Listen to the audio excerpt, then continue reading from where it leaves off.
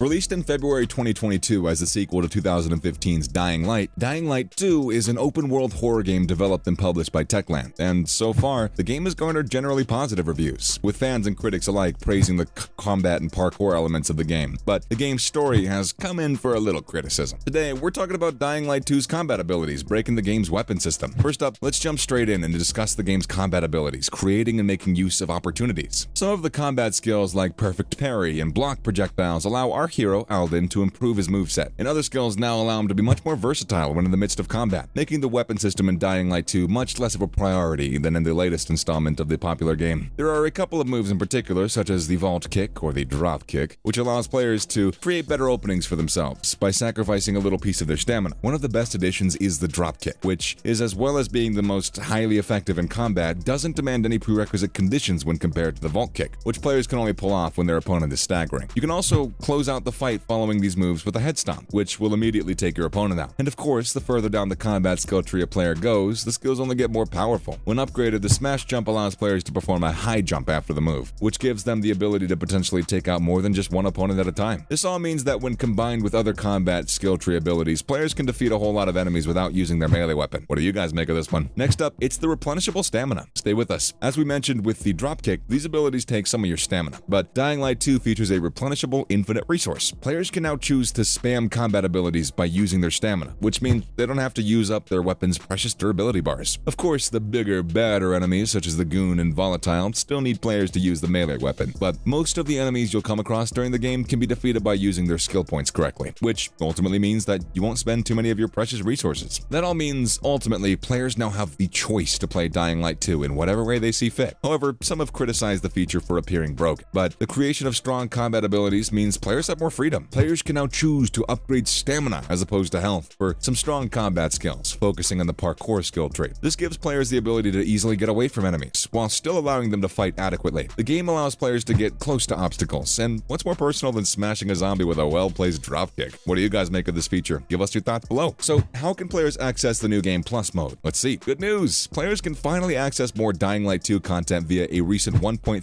update. The new Game Plus mode is now accessible upon completion of the main story, which fans are seemingly excited about. Players can now return to Viador, complete with all of their upgrades and gear, but this little extension comes with more objectives and actually even bigger, scarier enemies. And for a game that can be a little difficult in parts, accessing the new Game Plus mode is pretty simple. Once you finish the game's main story, you'll see a new Game Plus option, which you simply need to select when prompted to. You'll then head back to the start of the game, hooking up with Spike one more time, but this time around, you'll have all your gear you acquired during your previous campaign, as well as access to all the upgrades you might have had. However, you won't have access to the Night Runner tools. These you'll all need to be unlocked one more time. We're talking New Game Plus's added challenge next. Stay with us. Just in case you thought the original aspect of Dying Light 2 wasn't difficult enough, the New Game Plus mode provides players with a new, different challenge, which will probably appeal to players who have already been through it once already. And there are a couple of ways the game provides more of a challenge to players. In the New Game Plus mode, enemies are noticeably more aggressive towards players, which means that there are no gimmies when you come across a hostile character. You'll also find enemies in different places than you might have used to when you went through the game the first time, which is certainly going to keep Dying Light 2 pros guessing. And you're